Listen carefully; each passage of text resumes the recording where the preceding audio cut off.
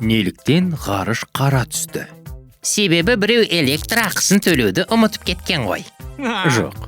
Біздің күн үлкен жұлдыз. Ол өте көп мөлшерде жарық шашады. Бірақ ғаламда жұлдыздар саны соншалықты көп, оларды санау мүмкін емес. Сонда ғарыш қара емес, жарық болу керек сияқты. Солай ма? Дәл солай. Алайда шын мәнінде олай емес. Бір зерттеуге сәйкес, ғарыш қара болып көрінеді. Себебі ғалам кеңеюде.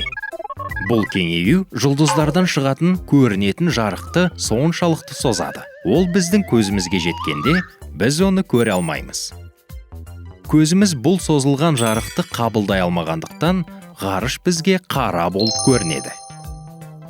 Сонымен бірге, жарықтың жылдамдығының белгілі бір шегі бар. Сондықтан алыс жұлдыздардың жарығы бізге әлі жетпеген. Және осының салдарынан ғарыш та қара болып көрінеді.